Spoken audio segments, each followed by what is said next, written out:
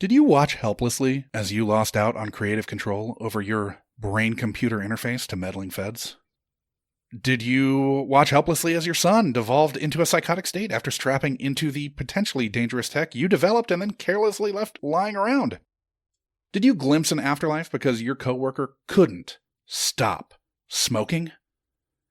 If so, you must have entered the Unkind Rewind, where we strapped in, put on our helmets, and let the 1983 cautionary tale about VR, Brainstorm, wash over us. Thrill me. I'm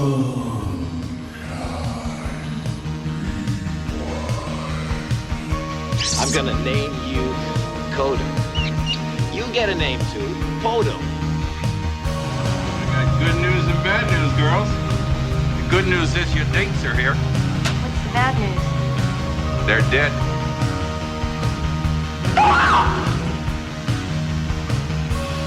You too? You got a boner too? Blue Steel. Salutations, I am Josh Dugan, coming to you from my recumbent bicycle in an unseasonably cool Minnesota, where I've been putting together relationship highlight reels to convince my wife to love me again. Dialing in from NYC is my co-host, Sean McGrath. Have you recovered after getting stuck in another fuck loop, Sean? Yeah, I narrowed it down to just those 3 seconds of climax. I'm in my little orgasm pod over here in New York. And then just looped it. Are you like on an IV drip? I sure hope so, because you'd be out of fluids. Let's just say this place is a mess. This week, we are joined by our special guest, who had not seen Brainstorm since his childhood. Back, what, 19... Or no, you've seen it, you saw it about 20, 25 years ago. Yeah. Leo Allen Jr. Leo, why don't you tell the audience who didn't catch last week's installment a little bit about yourself? Well, first of all, that's not the intro I was expecting. Because I got everything you were talking about, and I'm like, oh my gosh, I can't believe these are the things they brought up. We got to pick the weird shit. Got to pick the weird. So yeah, my name is Leo Allen. I was the host of Voluntary Input for over 3 years, and I keep telling people every time I talk to people about it, they're like, "Is it coming back?" Maybe. I keep saying we don't know what the future holds. There's other things in the works.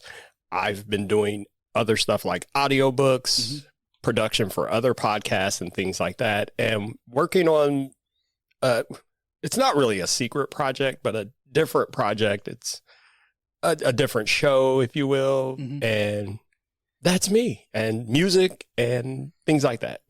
Do you have any idea when that new show might be dropping? Hopefully in the next month, probably June, because so it probably will have dropped well before this episode drops. Because probably, right now, I'm looking at the schedule, and I think it's September 15th or so. Might not be a secret. Might not be a secret, but yeah, that's right. Anymore. We're working so far ahead. We've recorded parts of multiple episodes of season 2 already. It's literally Christmas right now. We've done all 5 Brainstorm sequels. And now we're coming back to the OG.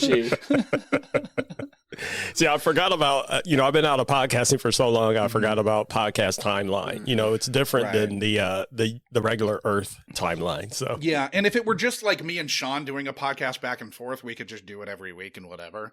But like with scheduling people, it's way too the X factor of our guests. Yes. The X factor, right, exactly.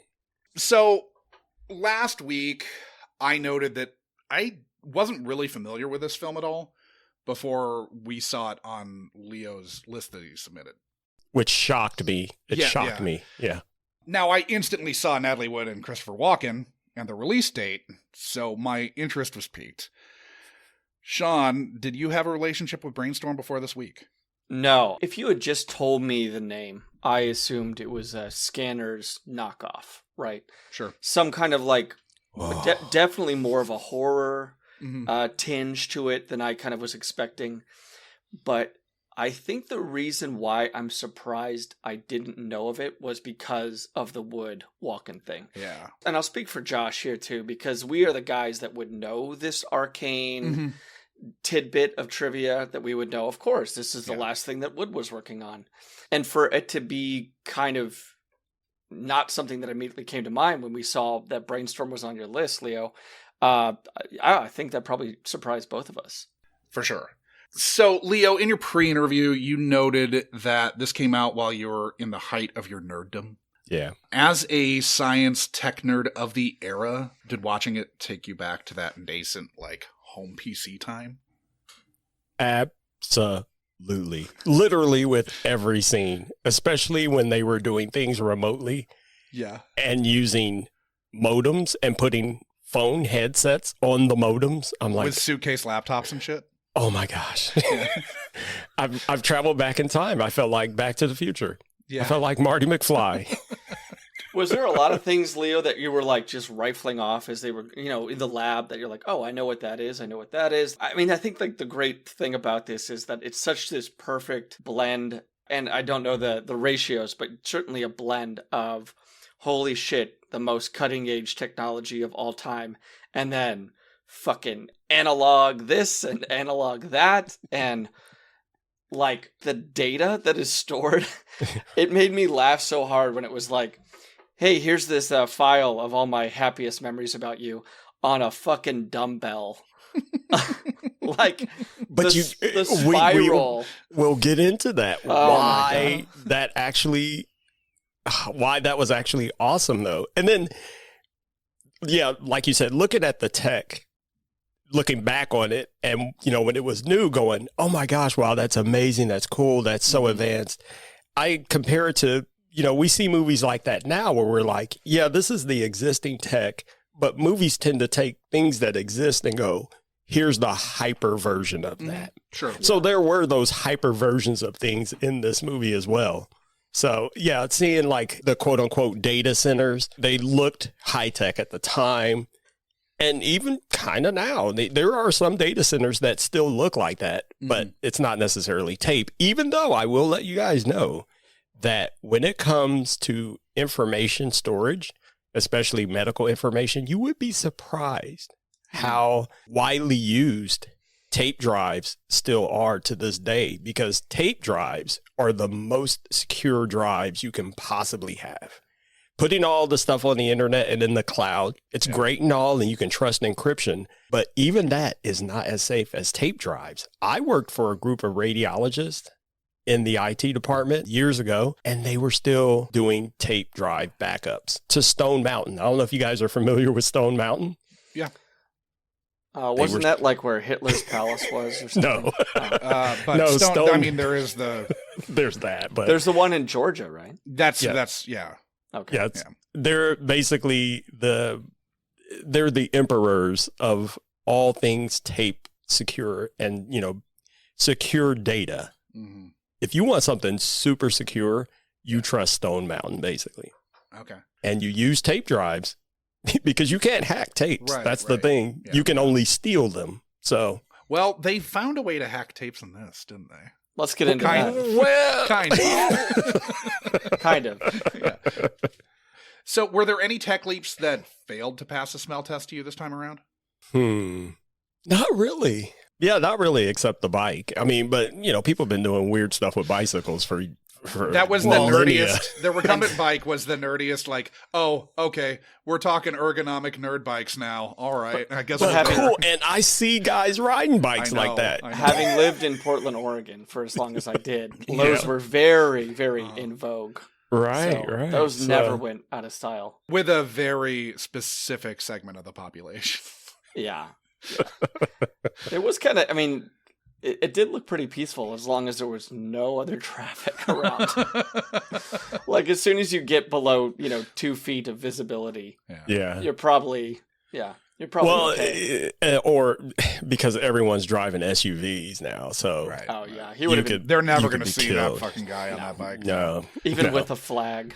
Yeah. I'll tell you what I was surprised not to see, but thinking back, it wasn't really that big of a conversation at the time, was solar panels. I couldn't believe they didn't have solar panels on their house, because that house, it was kind of like, I don't know if you guys remember Microsoft's House of the Future. I don't know. Yeah, Bill Gates did this whole tour through it. of course, it's antiquated now, but, it also featured solar power. Mm-hmm. Did it have a swimming pool inside?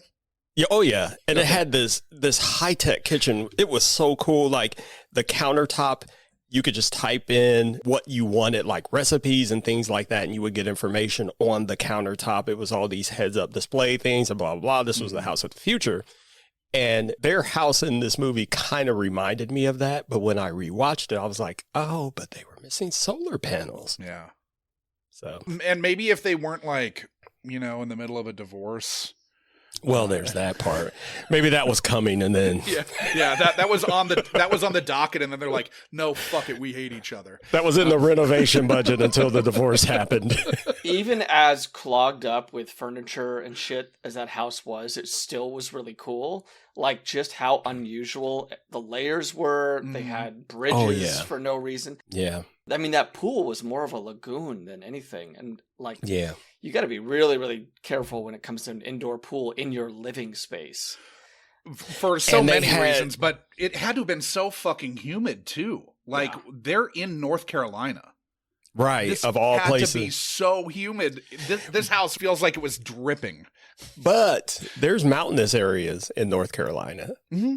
Oh yeah. So it could have been around there because one thing that stood out to me that I kind of forgot, and I don't know if I'm jumping ahead, was how they kept talking so much about the Wright brothers because that was where the Wright brothers did their flight. Yeah. So of course it was higher elevation, and the way they kept talking about it too, referencing the home, was they had such a beautiful view of the stars at night. Yeah. I was like, oh yeah.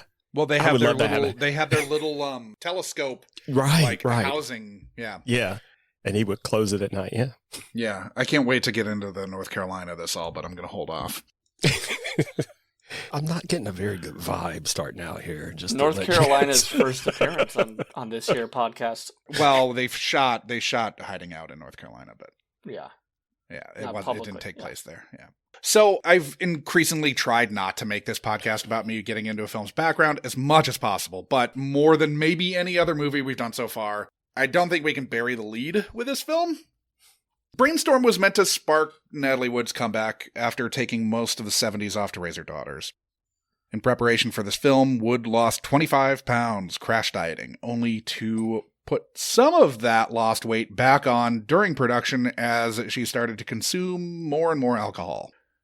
One of the screenwriters who was on set, Robert Stitzel, complained about a lot of things when talking about this film, but chiefly he opined that Douglas Trumbull, who up to this point had primarily been a VFX pioneer, which I'm sure we'll get into more later, but he complained that Trumbull was not a director and that he let Natalie Wood and Christopher Walken's on-set affair disrupt the set. Specifically, telling of an AD trying to unsuccessfully get the pair to emerge from Walken's trailer when they were audibly in flagrante delicto, and to which they were said to have hollered back out from the trailer, "Tell Dougie we'll be out when we're out." He was talking about this on the Projection Booth podcast, and he said, "Their affair really kind of superseded the movie when I look back at it, and it ultimately led to Wood's death, indirectly. I knew about the affair, everyone connected with the movie knew about the affair, I'm sure Wagner knew about it. Exactly what went on that boat would be anyone's guess, but the official version that we have so far I know is not accurate. Something else went on there than what's been written so far." With Natalie Wood having shot the majority of her scenes already, production broke for Thanksgiving, at which point she, Walken, not Walken's wife, and her husband, Robert Wagner, took their yacht, the Splendor, that was Wood and Wagner's yacht, the Splendor, out from LA, and she drowned mysteriously off Catalina Island. The investigation has yet to turn up her cause of death, but in 2018, Wagner was named as a person of interest in the ongoing investigation. That's almost 40 years later. Upon Wood's death, MGM, who were in rocky financial straits at the time, tried to write the film off as a loss and not release it, claiming to their insurer, Lloyd's of London, that the film couldn't be completed even though most of Wood's important scenes had already been shot. Lloyd's said, "Fuck that," So MGM begrudgingly let Trumbull finish his troubled film, though they did shop it around for a bit only to hold on to it for fear of another studio making it a hit, while ultimately releasing it on a small number of screens with little publicity. The script was rewritten to work around her death, and many of Wood's remaining scenes were shot with her younger sister Lana Wood serving as her stand-in. There were other water-related scenes with Wood that had been shot that also had to be cut, because... Yeesh, yeah. Can't really go with that. So how much more there was in what the original vision of the film was meant to be, how much more there was for her to be, is kind of left for us to guess, I guess. And there were cruel jokes at the time. Oh, sure. Yeah. Even Saturday Night Live got in on it, and it was like, no, poor form, people, poor form. Yeah, that's not, yeah. Because Natalie Wood was smoking hot in this movie. I don't care what anybody says. Even rewatching it, I was like, oh my gosh. And yeah, when all that happened, because, you know, back then, we had the paper tabloids, not like, you know, it wasn't like the internet. The National Enquirer. And yeah, stuff like that. So some stuff came out like that, and it was hard to believe. And it was like, oh my gosh, is that what really happened? So getting the truth was difficult as it was. And then you have the fact that, well, bottom line is they had an affair and then they ran off together. And then if you look at the things that people do now versus that, it's like, why was that so much of a big deal? Right. People do far worse now in their relationships. You know, of course, ultimately, adultery is still the worst, but I mean, come on. They're on set together. I don't know. I mean, compared to like David Copperfield or Yeah, well, I mean, or what happened to Natalie Wood. Like, yeah, and certainly in the Me Too generation, like adultery is a pact that you have broken with your spouse. Yeah. But like at the end of the day, they're two consenting adults. Right. Natalie Wood and Christopher Walken are both of age.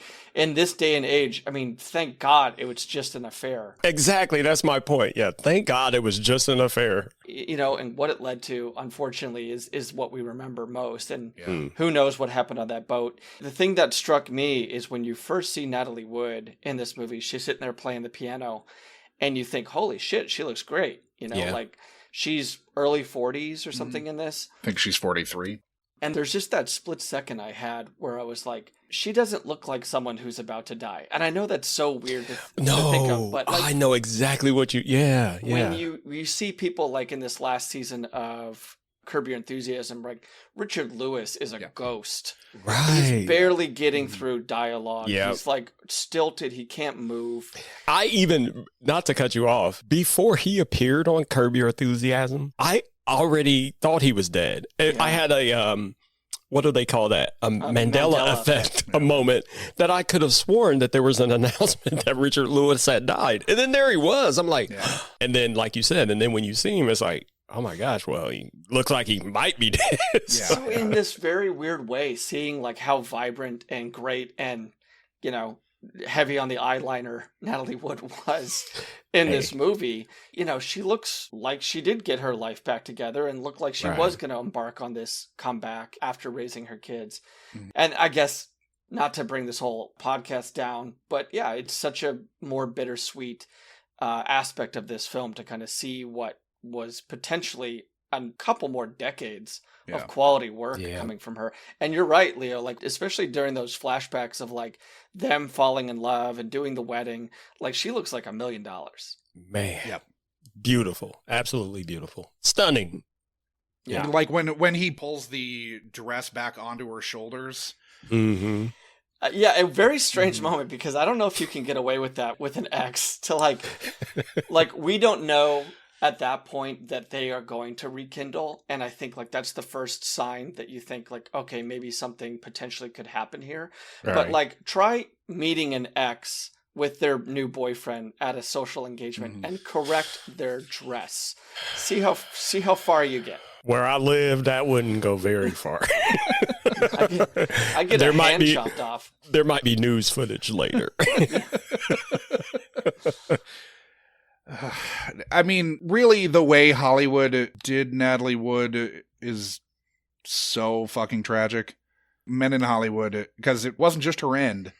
She was brutally raped when she was like 16. Yeah. By, if we're to believe her sister's memoir that came out after Natalie's death and the death of her attacker, it was Kirk Douglas who did it. Mm. And pretty much from that point on, Natalie Wood was just a fucking wreck. So the men of Hollywood basically chewed her up and ate her out. Or ate. Yeah, well, chewed her up and spit her out. Yeah, chewed her up and spit her out. Yes. I mean, faux pas, which was also kind of apropos, but we won't. I do that. actually didn't until you mentioned that. Of course, her boat is named Splendor. Yeah, Splendor in the Grass. Yeah, a little forgotten memory about that. Yeah, the tie-in with Splendor in the Grass. I don't think Warren Beatty. I'm sure that they probably had some type of They relationship. They dated. Yeah.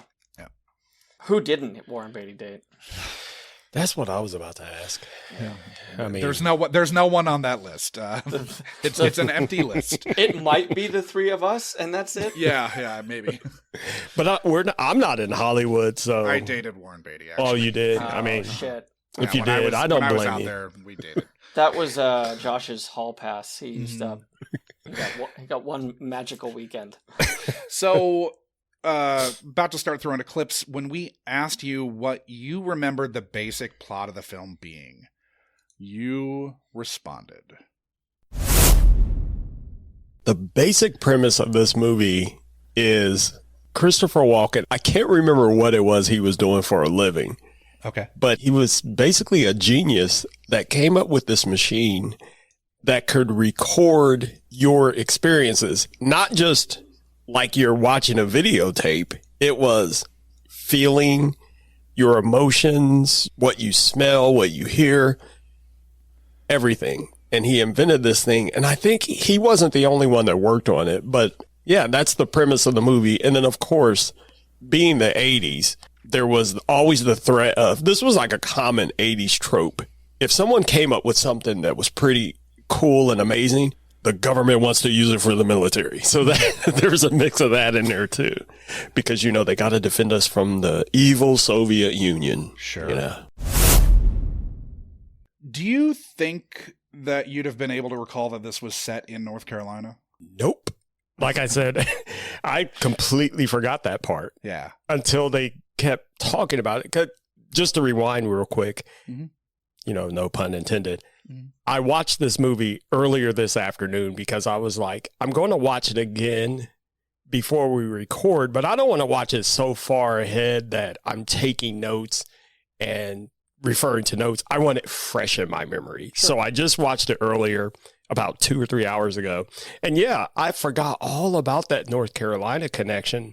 And they kept talking about it, and they were showing the Wright brothers playing, and that romantic part where he recorded that tape for her, and he was, when they got together, I was like, yeah, I've totally forgot all about that tie-in. That's got to be the reasoning, right? Like, the screenwriters sat down and they're like, we really want to align Walken's genius with the genius of the Wright brothers, taking these two things, both the concept of flight and this new threshold of, I guess, VR. Yeah. Well, his saying was reaching for the stars, because remember when he came home and he cracked open a Budweiser and he looked at his picture of Einstein, and he was which is over the Wright brothers plane.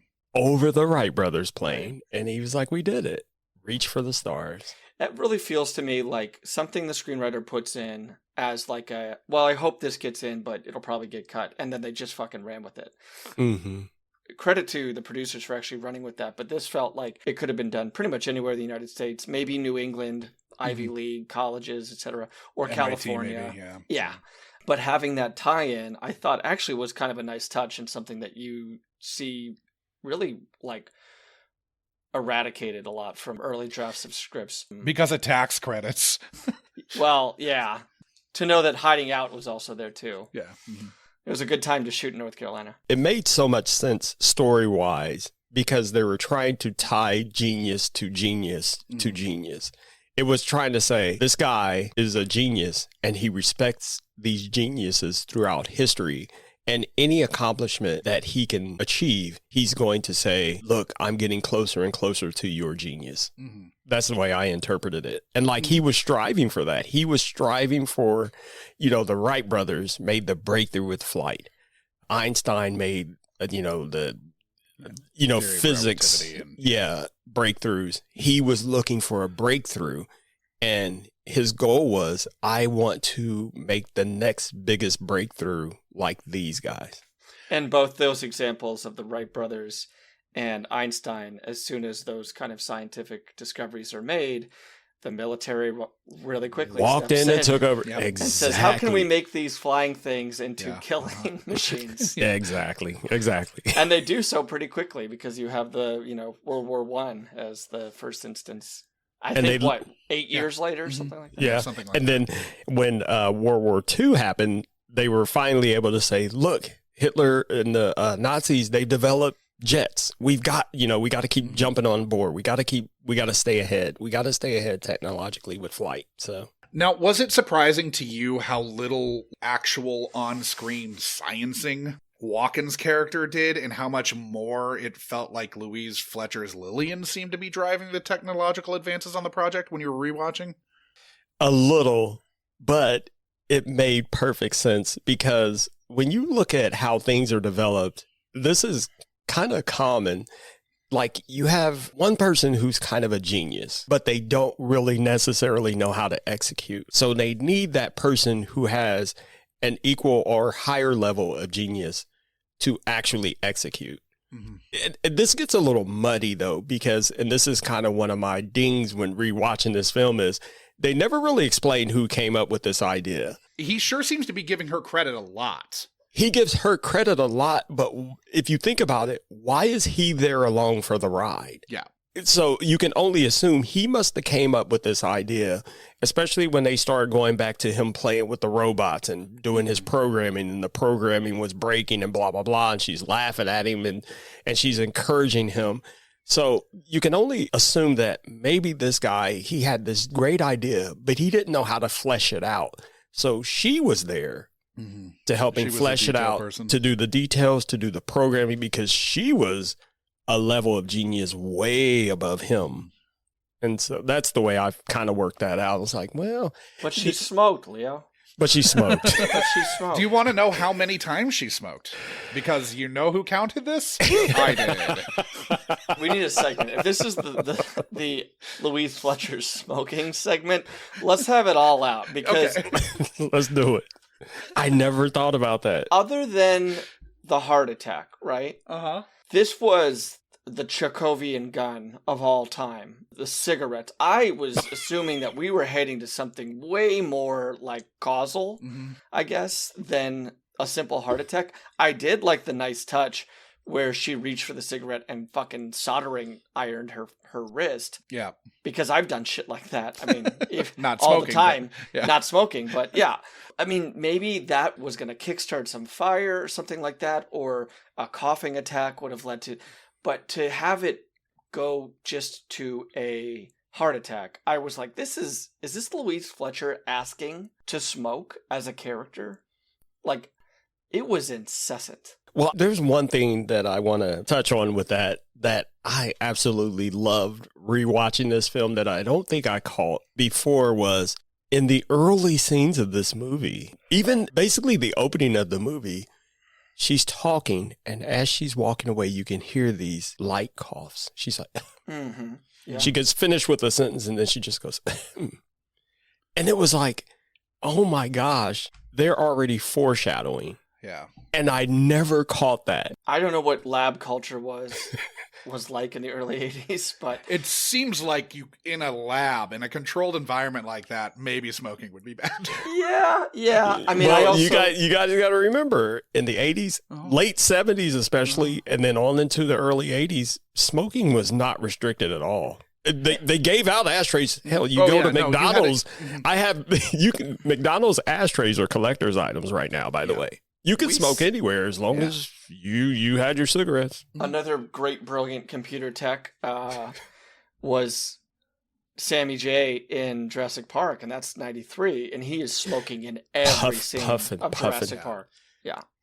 Yep, exactly. It is just funny to see. Like, it's such an anachronism, though, to, like, in the first scene, have Louise Fletcher sitting there typing at the keys, just banging away, and, like, half an ash, right? Like, just ready to tap. There was one point where she had a full fucking, like, almost a full cigarette of ash hanging off the end of it. Right. Okay, so the count. Here we go. I want to hear this. Here we go. You're genius for doing this. Leo, why don't you... I'll take a guess. I'll say 8. 8? 8. Okay. How many do you think it was, Leo? 22. Not quite that high. Verifiable new cigarettes. That there was either a new scene, enough time had passed between scenes. Verifiable new cigarettes. Before she dies, she smokes 11 cigarettes. Oh, yeah. That's a lot of smoking. There are 2 more cigarettes in flashback sequences that we also see her smoke when we're in the memories. But cigarette 11. I was kind of counting how many times she was seen with a cigarette. Mm-hmm. Oh, it's a lot. Then. It's a lot. It's way more than 11, probably. But verifiable cigarettes in scenes. New cigarettes. She's almost, she's not even... You definitely see her at least twice as many times as I just said. Was this movie made by, like, a cancer, like... Anti-smoking campaign? Yeah, it must have been. That and like, anti-pornography. Yeah. Oh, yeah. I mean, talk about a puritanical statement about that. Way more of a scare to teenage boys than hairy palms and going blind. Or VD. Is that you are just going to... get stuck in a fuck loop and die. Be found in your den. Boxers astrew. Just constantly coming till you die. But I feel like we're jumping all over, but I love it like he this. He was jumping all over. But oh my God. And like, you know, this is also who Gordy had picked up, right? And had enticed him to doing this. Mm-hmm. Which, by the way, Leo, I don't know if you have any sentimentality, but there is not a character from the 80s that I wanted to die quicker in a movie than Gordy. Yeah. Gordy! Oh my God. He was intolerable. Gordy was yes man. He was like, dude, let's do this, man. Yeah. As a joke, let's just plug him into a chimp.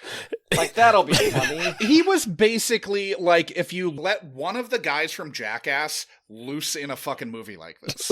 He was like if you let Ryan Dunn loose in or Bam Margera. Yeah, but like mixed with all the bad kids from Willy Wonka and the Chocolate Factory. Come on, the type of Sean. like, we're just gonna do whatever we want to do in this moment, like in a very secure, cautioned environment. We don't really care about the repercussions. Now you can't tell me everybody has that one friend where everybody's like, "Hey, let's walk up to the edge of this cliff and look over." Everybody has that one friend that's like, let's go ahead and jump. And we're like, no. And he's like, I'm going to do it. And then it ends up being kind of cool anyway. I have weaned those friends out. But you had them. Gordy's way too old to be acting like this. I've had some, and some have taken the Gordy route and like VR'd a heart attack.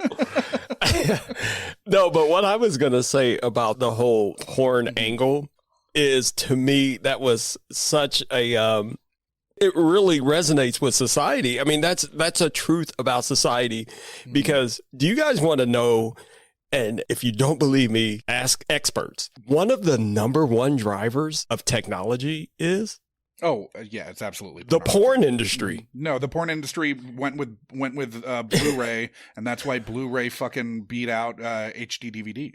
Exactly. I mean, streaming, and also online services. Mm-hmm. This I don't know. 4K video. Yeah. Maybe we will encounter a movie that precipitates Brainstorm, but this is VR porn.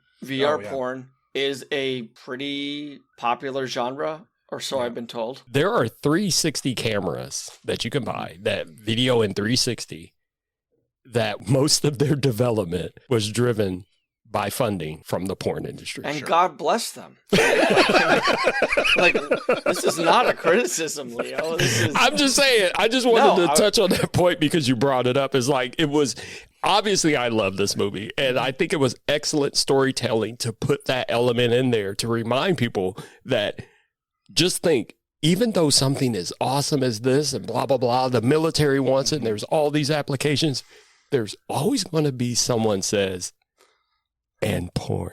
The pornography industrial complex, right? Yeah. This is brought to you by Big Pornography. And who brought it to him? Who brought it to him? Who brought it to him? These are the trailblazers. The guy you hate. You just said you hated Jordan. Jordy, and he was the guy that brought the porn. I know. Well, he's basically all id, so it makes sense that he would be the one who is like, oh, let's give everybody the full Gordy experience. And so, like, full id and just, okay, here, let me make sure that everyone at this party can watch me or experience me fucking my coworker, by the way, which is basically, it's... But she is a willing participant, I guess. But I don't think she thought that it's funny to me because the first time they were in the lab and that the first time that it worked, the first time they got the very first test to even Gordy be was like, kind of work, Gordy was like, dude, somebody needs to record fucking because this is going to be awesome. I can acknowledge his gift to society and still not like him. And honestly, this is kind of presaging where we are now because everyone does have just limitless pornography at their fingertips at all times. They're carrying around a phone in their pocket that could give them access to that all the time. And then if you fast forward to now, like with AI, what's one of the first things that you think people tried with AI? Let me see if I can talk to her about sex. Can I fuck it? Yeah. To the point that now there's so many apps that are your AI girlfriend, and they're baking AI into dating apps because of the same thing, because human nature is sex. I mean, let's... Oh, yeah. You don't have to be a genius to figure out that the bottom line, where the first thing, especially males, when something new comes out, the first thing we think of is, how can I fuck it? That's the bottom line. Pretty much. Back to the cigarettes for just 1 second. On cigarette 11... The final cigarette? Yeah, the final cigarette. She burns her arm on the soldering iron. Yeah. Then she records her own death, but she's recording it for science, of course. But she is dead at the 58-minute and 35-second mark, which means that she smokes a new cigarette every 5 minutes and 19 seconds for the runtime in which she's alive in the film. Yeah. I'm sorry, wait. Every 5 minutes and 19 seconds, there's a new cigarette that Louise Fletcher is smoking on average. Okay. Yeah. That makes sense. See, this is the type of statistic, Leo, that you get on this podcast and nowhere else. I love it, though. No one else is going to tell you, Louise. Don't worry, there's another dumb dive later. Okay, good. All right. Now, you remembered the militarization of the tech as being the ostensible big bad here. Right. You later mentioned that you weren't sure if the explicit threat of the Soviets in communism was named, so it seems like you kind of hedged according to, memory of maybe it wasn't explicitly mentioned. Did you expect the government's presumed heinous co-opting of this groundbreaking technology for militarized means to be more clearly delineated than it ended up being? I did, and that was all because remembering the time that when this movie was released, like we had war games, movies like that. It was all about, the Soviets. Real genius, even. Real genius, yeah. Top Gun. I mean, there's so many movies. Yeah, so many movies, and that's what we were worried about at the time. So it was like, the military came in, so obviously they were talking about the Soviets. But on rewatch, I noticed they never mentioned an enemy. They just said, the military applications are through the roof. And that's all they said. But they don't even really get into that, which is pretty weird to me. Yeah. But they were like, this just could the be specter something. Of the military is enough, I guess. This could be something. That's all they basically said. This could, and then they immediately took everything, which is another thing that fascinated me about this movie, because the military just came in and took everything with zero resistance. Mm-hmm. Could you imagine that now? Yeah, I could. No, I couldn't because it would immediately hit the internet. It would immediately be on national news. The military came in and blah, blah, blah, blah, blah. We want full disclosure of information. Nowadays everybody loves to scream about full disclosure of information. What were you doing? Why did you do this? We want all the records. But we they want to still see routinely just say national security and then they say national security like TikTok. I would not be surprised if there was any type of like brainstorm project being cooked up now that the military would respect any type of like private sector bylaws or whatever. The only thing that was really surprising was that Andy Warhol was involved with the military industrial complex in this movie. Like, whoever the hell that was, I didn't bother to look up his name, and I don't want to because I just want to call him Andy Warhol. Yeah, no, but I was Andy like, Warhol. holy shit. I mean, like, he goes from painting Campbell's soup cans to how can we turn this VR total sensory experience into killing people? Like, that just shows range. Yeah, it does. Yeah, definitely. And he was Andy Warhol. Andy Warhol, definitely. Yeah. So did you expect for as much of the film to be dedicated to a fully separated husband and wife who were engaged in other relationships, one of which we spend quite a bit of time with, the Louise Fletcher Walken one, only to rediscover their love for one another and ultimately reconcile? Actually, that whole storyline, when I rewatched it, it came back to me, and I'm like, yeah, I think it made sense for this story overall, because in my opinion, the story overall, I love how the writers, they weren't just necessarily concentrating on this technology. They were also trying to concentrate on the relationships that happen behind technology, because I think a lot of times people forget that even nowadays in this day and age, I talked about it earlier, in this day and age of AI and people love to say big tech, and I always try to remind people, don't forget that there's people there. There are people behind this technology that you love. As a matter of fact, with my show Voluntary Input, that was part of my tagline, was the people behind the tech. Don't forget that people are people. People have relationships, people have struggles, people have problems. And I love that this movie, it concentrated a lot on that. Don't you think? Like, they kept going back to this relationship. What was his name? His name in the movie was Chris. Michael. The son was Chris. Yeah. His son was Chris. That's right. Shout out to Chris, by the way. Leo, you don't know this, but this is like the second Jason Lively movie we've done. Second time. Oh, really? Because we did Night of the Creeps. And he's the star. Yeah. Night of the Creeps. And we are presumably about 3/4 of the way through his filmography, having done those two movies. Nice. And that was so weird too, just as a little side note, to see this like absolute kid swimming in a pool and goofing around with his dad, and know that really 3 years later from in terms of release, Josh, he is a release date. Yes. Yeah. From release date, he is a college freshman. Yeah. Right. This shot in 81. So. Again, that was like one of these little asterisks of like, this movie was made way before it was released. Right. And don't say playing around with his dad. He was an asshole towards his dad. Yeah. And he knows his dad is fucking with What a little dick. He knows. He was. Oh, you got the right one. Any kid that would be that comfortable walking in on their parents' fuck bed. Well, that was later. That was later, but like he is. I'd be like, I'll talk to you later. Like, mom and dad are naked. You'd leave the room. Yeah. Bro, and he was like, I knew you wanted her back. Why did he say that? That was a very awkward... he said, I knew you couldn't stay away from us. You couldn't stay away from us. Yeah, that was a very awkward line in my opinion. I guarantee you, like, Walken should have said, it's not you. It's the pussy. Okay, kid, I can stay away from you. It happens to be this sweet honey here.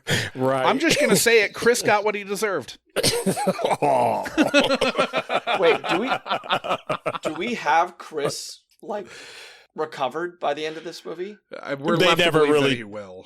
Well, they when they were doing their messages back and forth, they typed, "Oh, I just heard from the hospital. Chris is fine." Yeah, they wrapped that up via via text message, if you will. That's some quick damage control on their kid. Proto SMS there.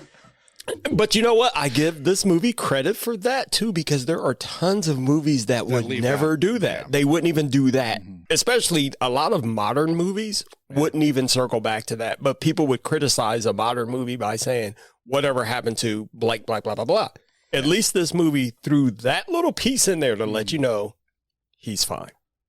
It didn't have to be this big grandiose speech or anything, but they were like, yeah, I heard from the hospital he's fine. I think with regard to what you're saying, Leo, about the relationship, they do a really astute job early on of telling you that these people are separated or estranged without saying it. Yes. Yeah. They do. I don't think they mention divorce. I don't think they ever say separated. Nope. But they have clearly marked in very smart ways that these people are not a couple. I mean, that great line from Cliff Robertson to both of them at separate times, is there going to be any problem? You working together. Yeah. Working together. Not for me. Not for me. Yeah. Great little touch there. Yeah. I mean, there is some murkiness about, like, is it just the time spent with Louise Fletcher that makes him stray? Like, what was the impetus for that severance? She horns him up so much. Yeah. Nurse Ratchet just I don't think it was. No, it wasn't her. It was. No, we're joking. Okay.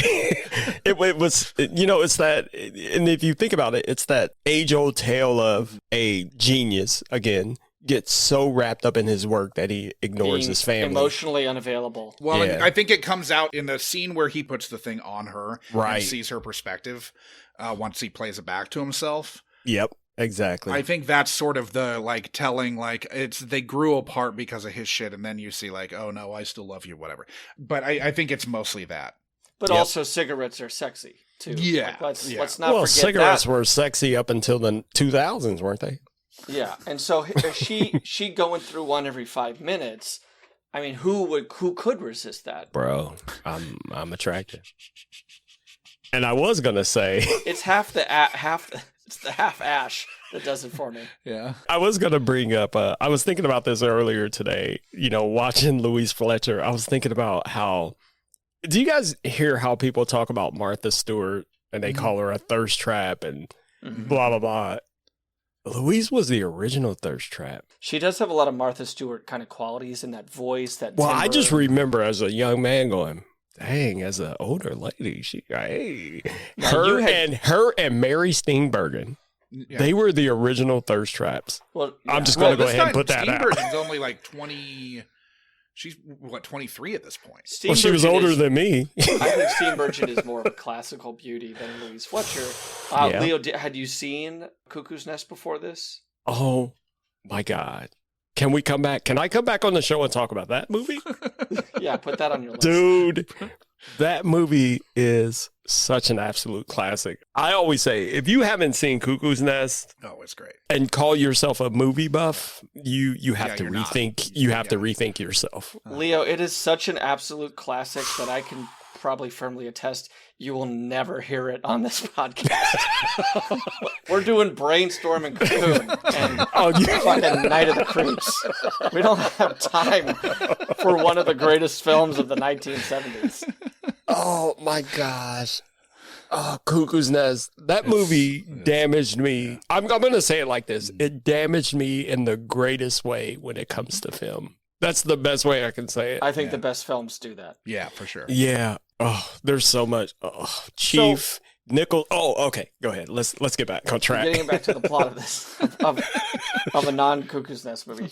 So I'm a little hazy here. Does she know that they have rekindled and are back to being a couple? I don't know that has been established at all. Who? Does Louise Fletcher's character, Lillian, know that Michael and Karen are sort of rekindling things? I don't think that's established. Not really. Yeah, and I don't think it mattered to her. The last thing she asked him about that was, did you guys sell the house? Mm-hmm. And I don't know if this movie was trying to say that him and Louise Fletcher had a romantic relationship. Oh, they definitely did. I mean, he kisses her. Yeah, but I don't think it was. Did. I think, though, that Leo... Because they've both moved on to greener pastures, right? Where they're not in a strident. But I don't think she took it as seriously as that. She was that's hard to say. Yeah. Concentrated on her work, and like I said, the only thing she ever asked him about that relationship was, "Did you guys sell the house?"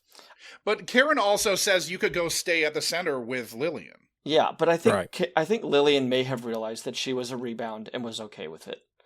Because And all she obviously- cared about was her work. Yeah, she could have realized, like, hey, this is a real kind of compartmentalized thing. It's not going to get in the way.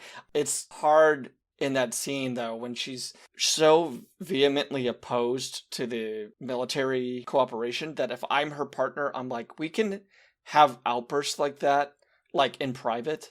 I really thought we were heading towards the military's going to take her out. Like, she was the one that was most opposed. But it would right? have been so cliche, wouldn't it? Yeah, but it was the 80s. Like, they, that's... No, It wouldn't I have think surprised me. I think there were a lot of stories better written than you're giving them credit for, Maybe. and this being one of them. Yeah, and I do think, like, credit to them for not going that route.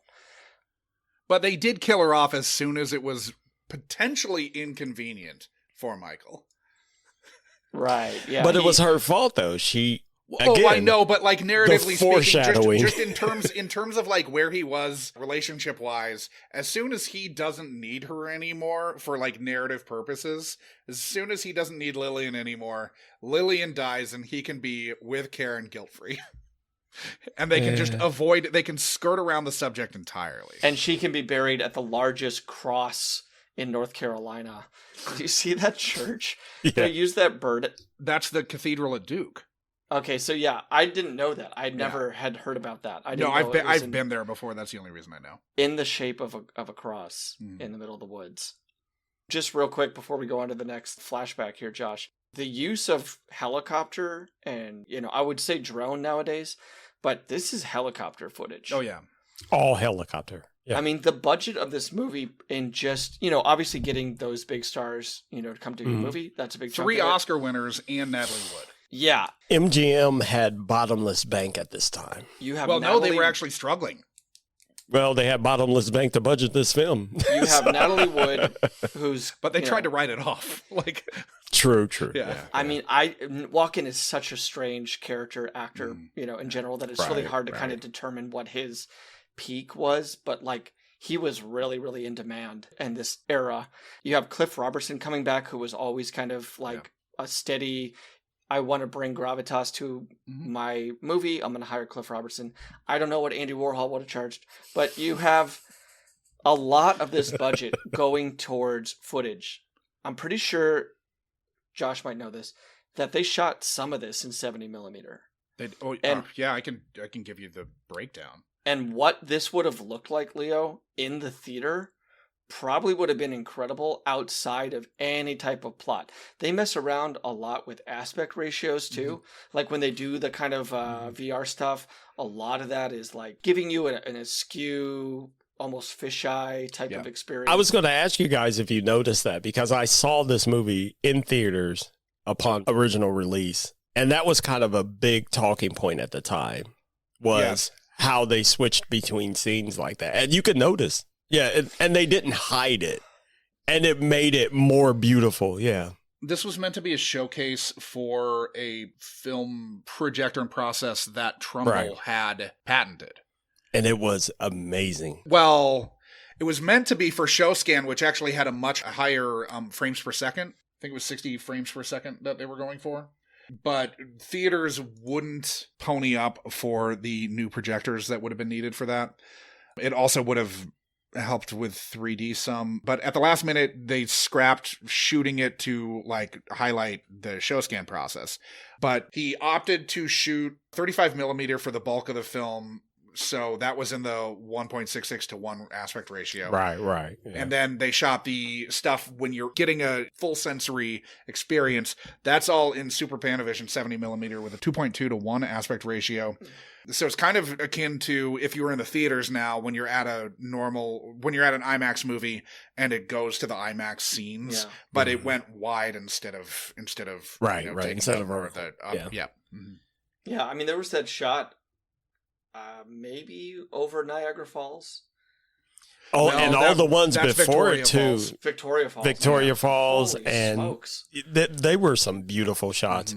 And you know what's funny to me, as I was rewatching it today, and considering the things I'm dabbling in and trying to keep up with nowadays, is it's funny that a lot of AI is claiming that you can get those same shots on a lesser budget. if you only use AI. Yeah, of course. And so I tinker with these things and I'm like, no, that is not the same shot. No, you can obviously tell. But it makes, in this movie, it makes careening off of a mountain road and Yeah, that's PCH. tumbling to your death on the PCH actually a pretty cool experience. Yeah. That was such a beautiful shot. I loved that shot. The That was truck, for- the semi truck coming up behind you, slamming on the horn, and then you tumble off the edge. Yeah, That was for the demonstration, right? For the bigs. for the board members. Yeah. For the board members, right before the well-endowed women served you fish. Sorry, so ladies. that's all inspired, specifically that shot off of the PCH. That's inspired by the original IMAX history of flight presentation at the opening of the National Air and Space Museum. Okay. So that was from 1976. Yeah, it looked like a hang glider shot. Mm-hmm. Yeah. Now, you had mentioned later in the interview that the demo tape was one of your favorite moments. That scene was one of your favorite moments. Had you seen this IMAX, the history of flight presentation at the Air and Space Museum? No. Okay. I knew about it, but I never went to go see it, especially not in IMAX. I'm very picky about IMAX presentations because, well, for one, get the tickets is a little pricey in my opinion. And I've been burned by IMAX presentations and it's like, this was okay. That's more of a short thing that plays at the Air and Space Museum. I mean, I've been to the Space Museum in Dayton, Ohio, because I live right up the road from it, basically many times. But so for me, it was like, nah, I don't need to see that. I'm cool. Now, have you been on the Back to the Future ride? Because Douglas Trumbull also directed that. The Back to the Future ride. It's at Universal I don't think Studios. I've been to Universal, but I don't think I went on that one. No, my You favorite. sit in a DeLorean. It's pretty awesome. Yeah, I haven't been on that one, but I will. Okay. I do have I have a Universal Studios story, and this was so many years ago before Universal was actually completed. Yeah, but, was this in LA? No, it was in Florida. Okay, it was in Florida. Okay, so this was years ago. My brother's kids, they were so little, they're now grown and they have children of their own. And because I'm old, just in case you didn't know. But one year we took my oldest daughter and then my wife, my now wife and my brother's wife and his kids. We planned this vacation. We're going to go to Disney and Universal Studios. So the first day we landed at Universal Studios and we had such a great time. We rode the Spider-Man ride. We did there was this X-Men experience and blah, blah, blah. The next day we went to Disney and the children hated it. Absolutely hated Disney. I hated it too. I'm like, there's nothing to do. We're just looking at stuff. And the kids kept saying, let's go back to Universal. Let's go back. So years later, we go back to Universal, and then they have the Twister experience, from the movie Twister. Amazing. Absolutely loved it. I'm like, oh my gosh, I love everything that Universal does. Mm-hmm. And I was like, you guys want to go to Disney? And everyone goes, no. And I'm like, thank you, because I'll never spend that much money again on things that I hate and kids hate. Yeah. And I don't get the fascination with Disney. I can understand it. Sounds like you're going to have to go back to Universal to ride the Back to the Future ride. I will go back to Universal any day. To just see Douglas Trumbull's work. Yeah. I will go back any day. Now, you speculated that you thought this probably did at least okay at the box office because it didn't race to the home video market after its theatrical run. It lost about $8 million of its $18 million budget, but $18 million budget's a lot of fucking money in 1980. Yeah. $81 to $83. Now, it did only open on 169 screens in its first weekend, which is not many. It had a pretty high, it had the highest per screen average box office of the movies that it opened against that week by a pretty wide margin. What did it open against? I can't remember. I closed that page. Okay. I knew at one point. But I'm not going to be able to find it. Okay, not no fast problem. Not fast enough on Mike. It finished overall in the year at 78th, right around films like Dr. Detroit, The Man with Two Brains. Dr. Detroit. Oh my Strange gosh. Brew and Tender Mercies. And that was despite MGM essentially burying the film. They didn't spend anything on advertising for this movie. Yeah. Like, comparatively. For as much money as it cost, they were basically like, we don't want to be proven wrong, so we're just going to fucking dump this in September and cut our losses. Now, you spoke of how you would have seen this on VHS with a family upon its arrival to your local Middletown video store. Was this a favorite of other family members too, or were you kind of driving the bus on repeat viewings of this in the house? It was an absolute favorite, to the point where we shared it with all of our friends and stuff. Okay. We were like, you guys got to come over and watch this movie. Okay. It's Thursday. You know what that means. And then Storm at the Allen house. and then it spread like wildfire. Like I said, back then, this movie on VHS was hyped. It was one of the best movies at the time, amongst people I knew anyway. On VHS, were they messing with aspect ratio, or was it just full frame? Yeah, it kept doing that. Okay. But, well, it was doing the It was going top full and frame bottom to then letterbox. right Yeah. to letterbox. Exactly. Thank you for the words, because I couldn't remember them. Well, we got away from calling it letterbox once everyone had widescreen TVs. Right. Yeah. But it was still amazing. So yeah. So how would the pair of VR sex scenes have played in the room with the whole family? Was that an awkward moment, especially the second one with the topless woman? It was a little awkward, except for the fact that, and this is something that, my siblings and I talk about all the time. My parents were the kind of parents where we weren't really restricted from watching movies as long as my parents were there.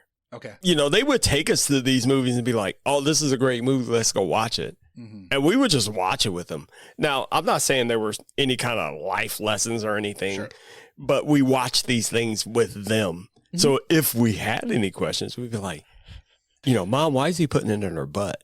Stuff like that. No, we never asked that. They cut that from this movie. But I'm just saying, it wasn't, I don't even know how to explain it. It wasn't like I grew up in a Puritan household, but it was like we weren't really restricted from watching things, but there were certain things that we weren't allowed to watch. But this movie wasn't one of them. Right. And we watched it with them. Well, this is one of those rare PG movies with nudity. Yeah, it is such a this isn't something that, particularly it's flagged and known by, a contingent of people who want to see nudity in films. It's such a part of the plot. It's brief. Right. It's it quick. makes sense for the movie. Yeah. It goes along with that character. Josh and I, as non-parents, probably would commend you for the, let's not make it a bigger deal than it is. I remember, speaking of Cliff Robertson, the movie, was it Flowers for Algernon? Charlie, yeah. So when they adapt Flowers for Algernon and they make Charlie, there is a sex scene that, this was a movie that we watched in 8th or 9th grade, but there were students who then had to leave the room from parental, they didn't get the permission, I guess. That's and what so, Robertson won Best Actor for. Right. Yeah, so 3 kids have to kind of get up and go wait in the hallway for 4 minutes or however long it takes Charlie to finish. And then slink back into the movie, having just missed what presumably is their only experience with nudity on screen. My favorite moment that was opposite of that was the teacher accidentally left the room while we were watching Romeo and Juliet, and one of the kids in my class got up. This is Zeffirelli's Romeo and Juliet. Got up and rewound the scene. So let's run that back. Yeah, that's the opposite end of the spectrum there.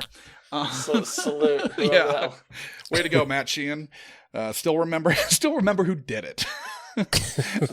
Your legacy lives on here at the Unkind Rewind. Okay, so throwing to clip 2, I asked what you were like at the age where you were getting brainstormed. Like I said, I was super nerdy. Okay. So this movie blew my mind. Okay. Nice. I was like, this is the future right here, watching this movie. Because again, like we were just talking about, video cassette, and this movie is, from what I remember, it was this tape. This machine would record on this holographic tape.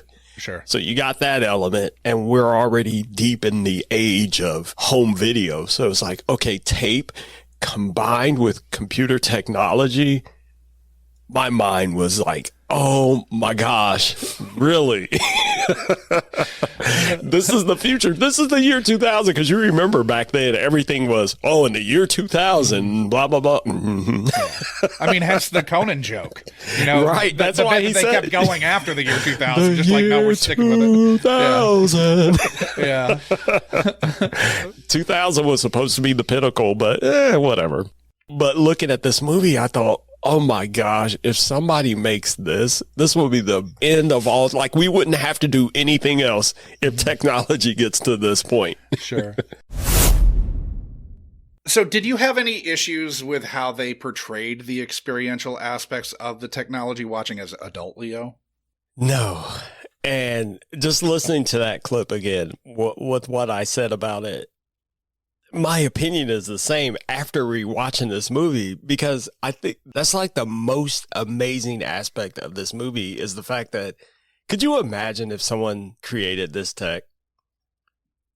It's like, I mean, we're close, right? I mean, this is no. We're somewhere AI, between this though and the Matrix, right? Like the Matrix kind of was picked up a little bit where the Brainstorm left off, but instead of staying though in that, like, I don't know, like it definitely feels like you have more control than simply rewatching. Like Brainstorm is reliving an experience, right? But not having the control.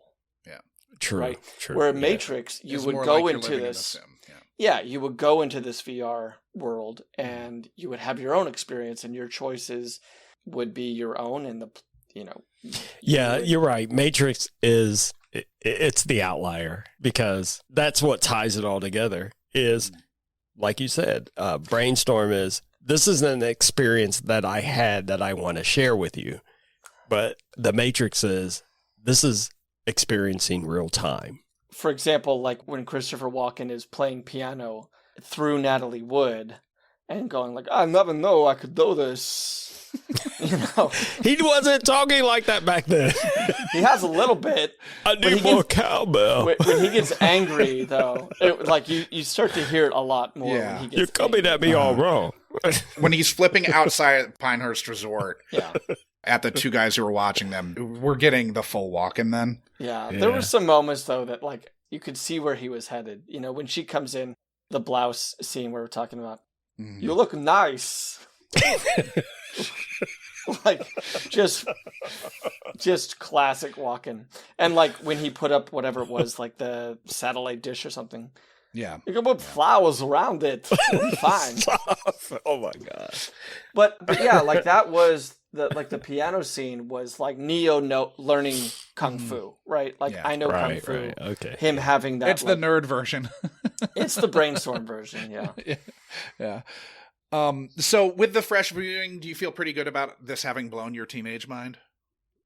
Yeah. Oh, this would have blown my teenage mind too. Absolutely. Yeah.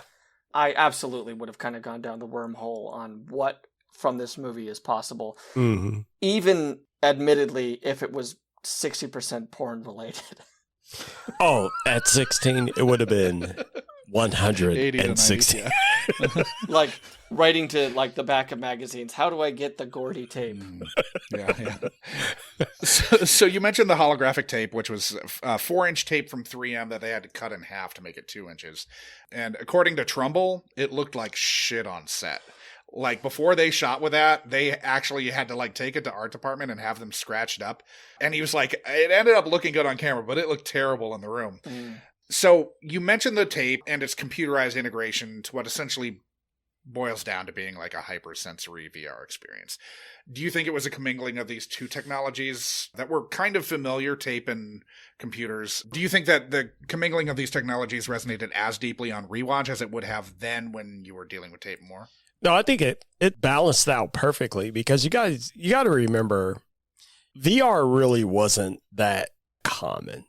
People knew what it was. We all knew what it was. Sure. But, VR wasn't the target in game here.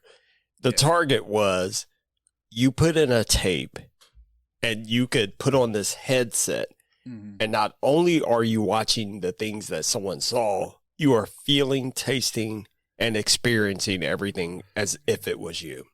A full sensory experience. Yeah, a full sensory experience, not VR. And VR wasn't a common term that was kicked around back then.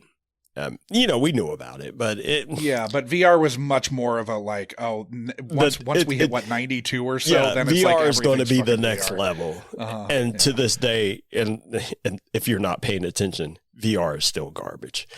Anyway, so I think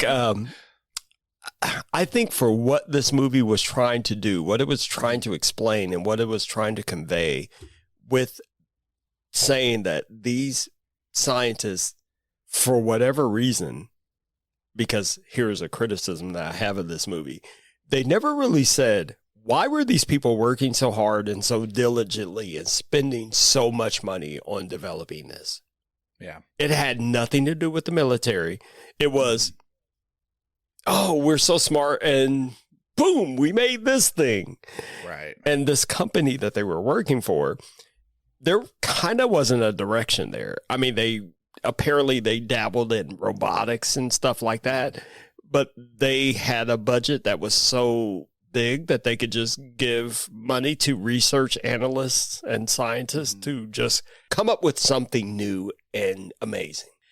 So as far as that goes, they stuck to that storyline. I don't know that they do a particularly good job at all about like explaining how and why this is happening. They did a horrible job because they never explained why this happened. It was just company. And the breakthroughs are just like, we're computering right now. We're just, we're computering to make something new.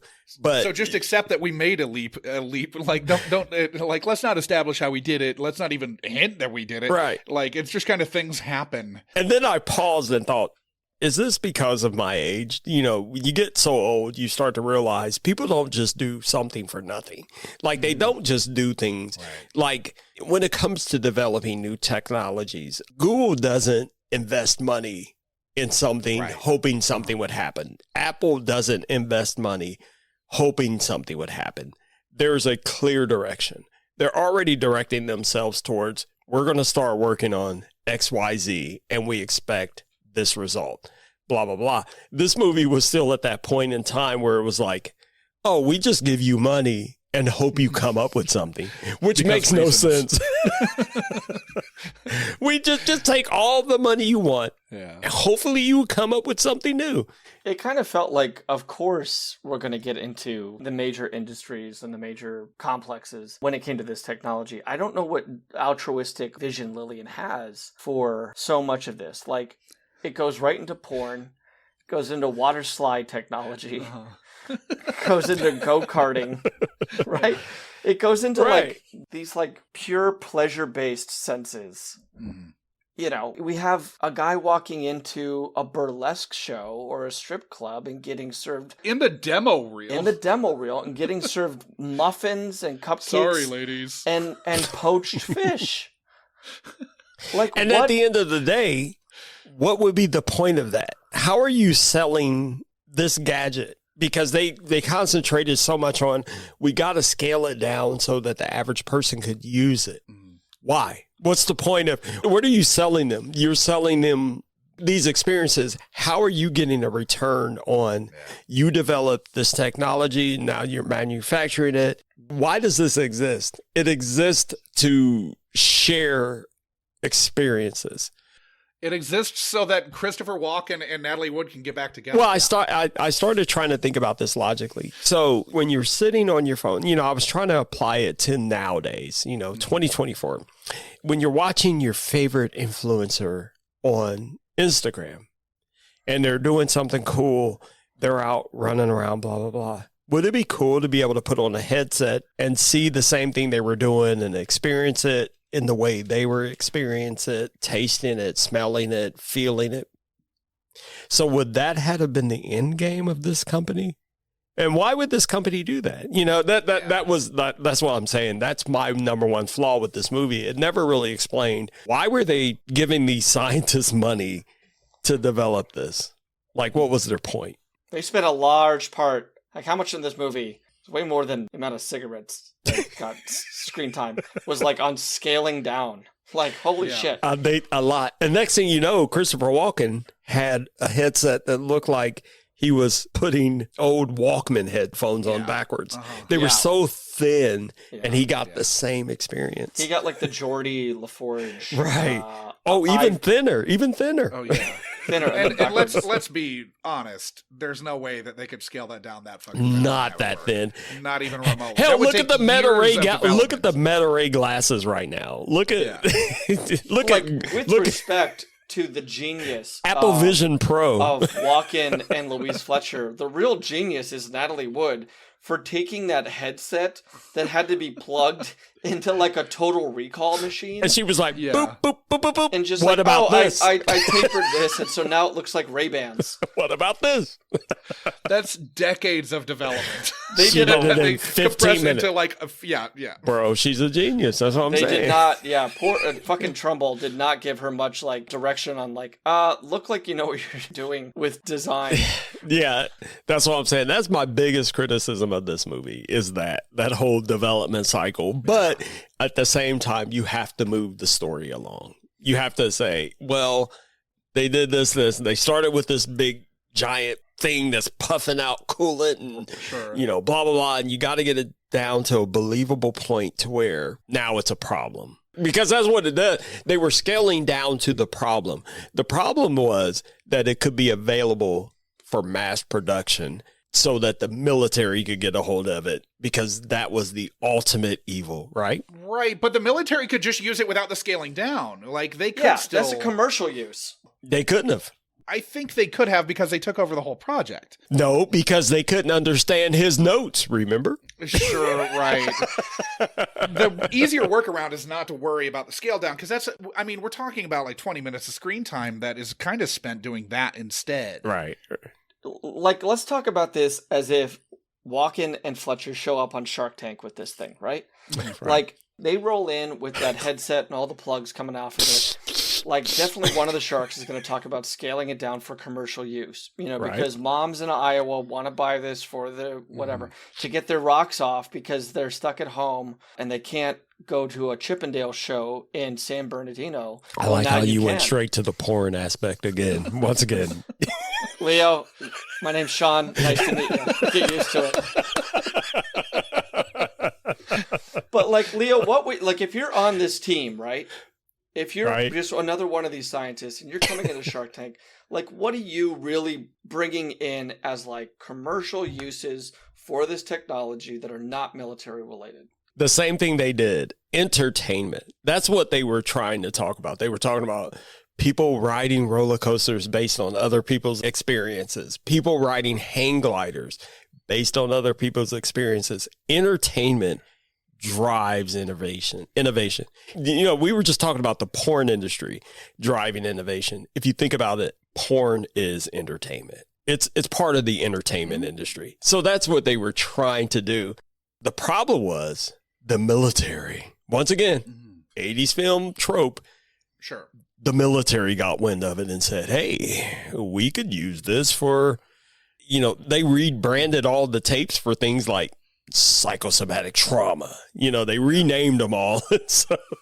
So that was the thing. I mean, my only complaint is more related to just like plot mechanics. Yeah. Like, I understand, like, you have to scale it down for commercial uses, but for the purposes of the film, if the big bad is going to be the militarization of the tech, then they don't need to worry about the scaling down part. You're just adding an extra 20 minutes of plot that could otherwise be used to flesh out like how the technology works, or how we're working so hard to make these advancements, and this is the wall we've run into, and how do we get past this wall? We don't get any of that, and we're instead spent watching Natalie Genius Natalie Genius we're watching Natalie Genius work her way down and make this thing smaller and smaller and smaller, instead of worrying about the more pertinent thing to the story that we're watching, which is the military is going to co-opt this technology for their own ends. But see, the thing was, at that point, they were naive. They didn't know. They didn't really get it. They were just trying to make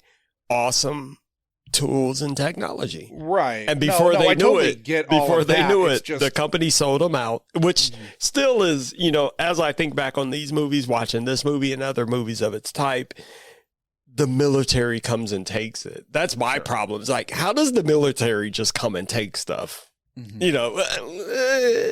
Okay, whatever. You can say however you can spend that however you want to.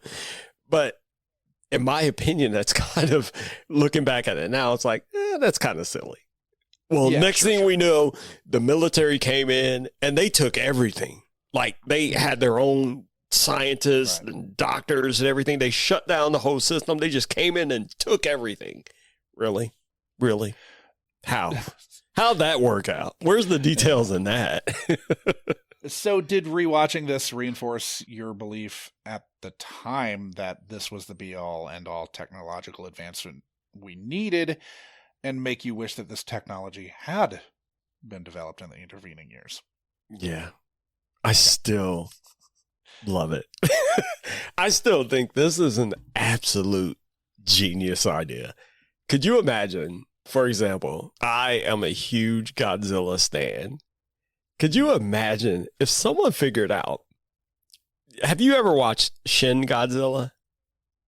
I have. I haven't. Yeah. Yes. I'm probably more the Godzilla watcher in this union. Could you imagine if somehow they created a way where they filmed the entire experience as a first-person experience, recorded it, and then you could plug in this Brainstorm apparatus and have that same experience that they did? Yeah. I mean, you'd make $1 million. Bro, I would buy all of that. It would be absolutely amazing. And Whether you're fighting Godzilla or being Godzilla. or being I'd wanna be Godzilla, or yeah. or if I was one of the scientists trying to run away, trying to figure out why Godzilla is Godzilla. That entire film, there's so many perspectives that you could film it from and put it on tape, and someone could put a headset on and be like, oh yeah, I'm so-and-so right now, through this entire plot. Did you feel sated, Leo, on a how quotient on like, yes, we're giving you the visual of this without a screen, but like making sure that all of your senses are being tickled by this apparatus? Did you get a sense that you really got enough from this movie in terms of like them explaining, getting into the shop talk? Well, I got enough that it made sense. So just understanding that things like, when you're looking, your vision, understanding that you don't see with your eyes, you see with your brain. Mm-hmm. So this movie kind of taps into that sort of thing, if you think about it, because all sensory perception is actually in your brain. It's not actually in the things that you think are doing what they're doing. When you hear, sound comes into your ears, but technically you hear in your brain. So it made enough sense to me that if you could develop a machine with enough probes and things like that and sensors that are grabbing brain waves, that you can manipulate them and feed things back into them to where you're experiencing someone else's, experience. It made enough sense to me. Okay. Not when I was that young, but nowadays, I'm like, I think getting into the subconscious of it, right? Like that's why you kind of have to be in this fugue state. It's almost as if you're dreaming, which is why you can see things in your dream that you don't need your eyes for. Exactly. You can hear people say things to you in a dream that you aren't hearing in reality. Right. Which is why maybe if you endure something in a dream, you will flinch. Mm-hmm. Even though that's not happening to you. Exactly. Wow, you said that a lot better than I did. So, thanks, Sean. I've been thinking about it. It was that death scene at the end that really got you thinking about it, didn't it? Well, we're about to get to that because in the next clip, I asked what memories stuck out to you most about Brainstorm, and you said... There is one part in this movie that will stick with me forever when Christopher Walken plugs in to watch, well, I should stop saying watch, to experience. Someone had died, and now I can't remember who it was and what happened. and the machine recorded them dying. Okay. And they started going into the afterlife. That whole sequence, chef's kiss. Nice. And I remember watching that with the family. You know, I was a kid and my mom and my dad, and we're all sitting there watching. It was like, oh my gosh, they're recording someone going to heaven. And that was just wild to me. Whenever I hear the name of this movie or even think about it, that's the scene that always pops in my head first. Okay. The death scene. And it's not, we don't see anyone go to hell? No, well, actually, Okay. I think there was a part of it where they got to see what it would be like if you did. Okay. But whoever it was that died, it turned around and was like, yeah, but you're not going there. Don't worry about that, though. You're not going, if I remember correctly. I think they did touch on that just for a moment, but then they started going up into the light, you know, like they like to say. So hell's just a cruel tease. Well, it's just to show you what you had to, Sure, what would have happened if you had messed up. Right. Is it surprising to you that you'd kind of memory hold Lillian? No, not at all. Okay. Like I said, that scene, that was big for me. And it's probably because, you know, my faith, you know, my beliefs and blah, blah, blah. And I think that's probably why. That's why it sticks out and always will stick out. Mm-hmm. And when I rewatched it today, the part I was talking about, the hell scene, where it's like people grabbing at your flesh and moaning and groaning, I liked it. I was like, yeah. I love what they did with this. Yeah, I'm really surprised. I'm sure that Dugan is interested in that descent. But like the freakiest, I mean, and maybe this like blew out my speakers, was when they have that scene where both Christopher Walken and his son kind of experience that, like, the torment. Mm-hmm. Yeah. I mean, that probably was on a first watch something that like rattled you. Especially as a young person. Yeah, I was Yeah. like, oh, shit. Yeah. That took me out. Yeah. I was like, wow, that's pretty crazy. It was well shot. I'll always give kudos to them for that. I think it was a great element to put in there. Yeah. He's an effects guru. Yeah. So for those who don't know, Trumbull, this is his second directorial feature, but he done a lot of the effects on 2001, A Space Odyssey. And then he did the special effects for Close Encounters of the Third Kind, Star Trek The Motion Picture, and he did that on a, like, crazy turnaround. The stories of the special effects on that were nuts. And he did special effects for Blade Runner, and so he's, like, thrice Oscar nominated. Yeah. Oh, okay. Yeah. Yep. And he almost went bankrupt doing the special effects for Andromeda Strain. Oh. Because he underquoted everything. He didn't really know what he was doing yet because he'd really just done 2001. So then Andromeda Strain almost bankrupted him. Yeah. His only other directorial feature was Silent Running, and then he did a 12-minute short Night of Dreams, which was meant to, like, showcase ShowScan. Was your family taken in as much as you were by the death reel? I think so. I mean, that was something we talked about a lot. It was like, Okay. man, the idea of that whole sequence. So you said you saw this in the theater. So initially you didn't remember having seen it in the theater, but when you watched, was the sort of aspect ratio stuff the thing that brought you back to, like, oh no, I did see this in the theater? Yeah. Okay. Because you can never forget that, you know, Right. seeing it, especially back then, like, you know, everything's so big and encompassing. It's like, oh my gosh. And, you know, when they expanded, I was like, oh, and they, you know, that was one of the things I loved about this movie, that they did it in the theater that way, was you knew that this was something important when it expanded like that. Yeah. And it encompassed you. And it was like, wow. Cause you're watching the rest of the movie like this. And then suddenly everything goes, amazing. At the time. Oh yeah, no, for sure. And like, if you're in the theater, this would play so much bigger. Yeah. You know, like at home, it doesn't play that way. Right. Even on, you know, my TV's fairly big. When you're watching at home, you're watching techniques.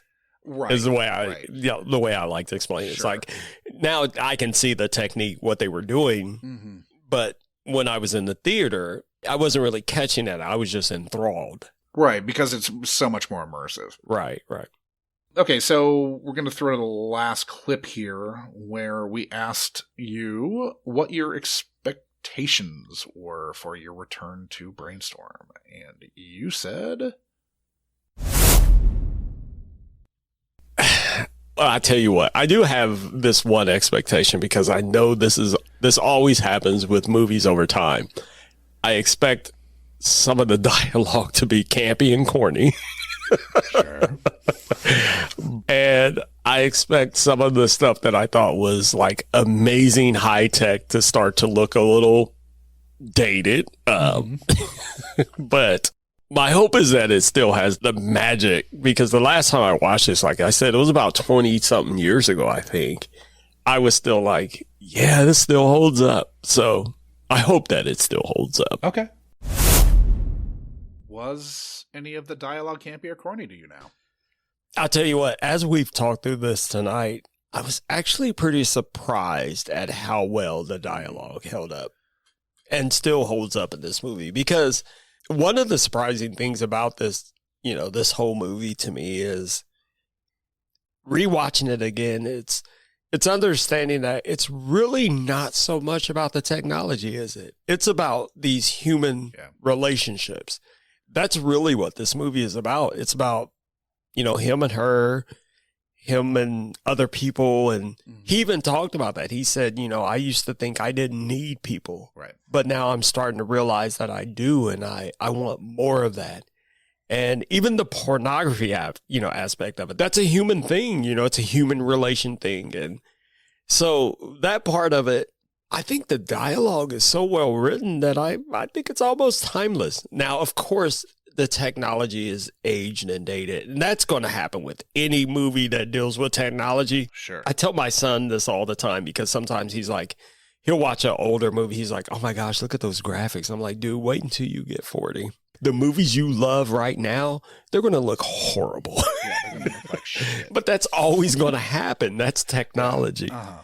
But I'm just going to go ahead and say it. I think this dialogue in this movie is so well written that I consider it timeless. I don't think it falters at all, actually. Yeah. I mean, they do a good job of grounding all of the plot in the interpersonal stuff. And I mean, really, the technology is used to, like, he uses the technology to rebuild his, you know, failed marriage. Right. So he's using the technology towards, you know, a less odious end. You know, he's not using it in the way that it ends up being used by multiple people, more puriously or just, you know, actively violently. So I think they're doing a good job of like showing the various ways that this could go, and then I guess we just destroy it because, you know, the military shouldn't have it. Right. Because they want to torture people with psychotic episodes, Josh. And they've never really explained why they would do that. Like, what's the end game of that? Yeah. But that was always the thing back then in the 80s. It was the military sometimes would take things, not necessarily because they knew what they would use it for, but they just saw it as, well, this is awesome and powerful. We should have it. Mm-hmm. I think that's what this movie touched on. It was like, well, the military needs this. Well, what are you going to do with it? We don't know, but we should have it because it's so powerful. Because we're the military. Because we're the military. We're saving you. We're protecting you, which is it's such a funny opposite dialogue of what we have now. Now it's big tech, and the military just needs to protect you from big tech. We don't need to take your big tech. We need to protect you from it. So it's like it's like tech's not just doing whatever the fuck the military wants. Right. It's like this opposite dialogue. It used to be, well, if you develop something so cool, we're going to take it. Now it's, well, you develop something so cool, we're going to demonize you for it. You're now the enemy. And it's fascinating to watch. So was the magic still there for you? Absolutely. No question. Look, I was watching this movie today, purposefully trying to rip it apart. Mm-hmm. I want to be honest with you. I'm like, this has to be horrible today. There's no way I'm going to still love this movie. But I still love it. I just think it's a very well-written movie. I think the plot and the storylines, because there's so many other storylines. Now, there are some campy and corny parts to it, of course. Like towards the end when they take over the factory and the guards, they're spraying the guard with water and blah, blah, blah. That was kind of dumb. And, Natalie was just typing away, and then we just have to believe that she hacked this factory and made all this stuff happen. Like, okay, that's dumb. But overall, it's a well-written story, and I think it gets its point across that there were just these people who created this new technology for whatever reason. We still don't know, which is kind of dumb. We don't know why they developed it, but they did. And then the antagonists were military and big money. That's really who the evil side of it was. It was good versus evil, and the evil was money and military. So let's move on to picking up the scraps. Is there anything that we've missed that anyone wants to talk about? We haven't mentioned it, but James Horner once again comes in with this score. Great score. As soon as the credits started rolling, or maybe a little bit after that, where we started to hear choral arrangements, I was like, it's probably James Horner. And, And it was. sure enough, yeah, he would go off to do Cocoon with a lot of that too. But yeah, like I think like maybe in my pre-watch perception of this movie, of it being kind of a B movie and being schlockier, I was expecting it to kind of be a synth heavy score. It is not. No. A lot of orchestral arrangements on this. Really good job. Rest in peace, one of the masters, James Horner. Really good score. And I think emotionally, a lot of the stuff that has to do with the interpersonal plot. Like, I actually was like a little moved by the whole courtship between the two characters, Walken and Wood. And I think a lot of that, credit to your composer, is to get that emotion right. When I was watching that scene, I was thinking that it was kind of shades of Terrence Malick. And funnily enough, Trumbull was brought in on Tree of Life to do the effects. Oh, weird. So he came in and did the Tree of Life, that huge effect sequence. Trumbull was brought in for that. Yeah, and we do get a lot of that, like, I don't know if this is the right word, but like that kind of kaleidoscopic effect here. Yeah. We also get it in Tree of Life. We get it kind of, in Stargate, certainly. Yeah. Just like what kind of visions and colors and shapes that we're going to kind of throw at the viewer. And probably in a theatrical experience. I mean, it would have been so immersive, yeah. Yeah. The bubbles and the angels. Oh, it was so beautiful. Yeah. I know you could laugh and say, that looks corny now. I think the bubbles worked when he's going through the second time, when he's going through the memory, and it's the more like shitty graphics and whatnot. Like that didn't work for me. But the bubble memory was like kind of an interesting concept, and it was pulled off well enough. Well, because everyone always says that, you see your near-death experience, you get chapters of your life, and putting it in bubbles. That was pretty awesome. Leo is going to fight to the death that the movie ended well with it being encapsulated in a bubble. Nope, I'm not going to. I was going to get to that next. That was a gripe. That is. I do have a gripe. We'll hit gripes. Okay. We'll hit gripes after picking up the scraps. Okay. So this is kind of a gripe, I guess, but not really. I did the math on where they go at the end. Okay. So obviously, most of the film, they're in the Raleigh-Durham area. I think you're going to touch on my gripe. Go ahead. So they're in the Raleigh-Durham area, and then they go down they stay at the Pinehurst Resort. That's where he and his wife go to, which is 77 miles to the southwest of Raleigh. They split up. She goes to Hal's, which she takes a cab to. So I think it's safe to assume she didn't go too far to Hal's, and that's probably why they chose Pinehurst in the first place. They split up. She takes a taxi ride to Hal's. Then Walken is meant to flee Pinehurst while she is hacking and drives to the Kitty Hawk National Memorial, or the Wright Brothers National Memorial. And here it is. Out south of Kitty Hawk. Yeah. To dial back in. The distance from fucking Pinehurst to the Wright Brothers National Memorial, 268 miles, 4 hours and 19 minutes by car right now. And it's a long stay. There's half of my gripe. Yeah. There it is. And then she is able to get to him while he's still like dialed in and should be well past Which should have been, and if you think about that tape, the way it was running, that should have been about 15 minutes. Yeah. How did she get there? No. Yeah, that's the gripe. And like, if you know where the Wright brothers flew, which Yeah. I mean, they're on the Outer Banks, man. Like they're like way far fucking east in North Carolina. It's not. It is nowhere close to one another. And I think what happened here was something that happens with quite a few films is you've gone so long, you're doing a great job, job. Now we got to wrap this up. Sure. How do we wrap this up? Have them not stay at a place where we wrap it up by they get back together and she comes in and blah, blah, blah. It doesn't matter if it makes sense. We got to wrap this movie up because what's our runtime right now? We got to wrap this up. And I think that's what happened. It was a victim of we have to wrap this movie up. Well, and who knows what else they didn't shoot because she had died.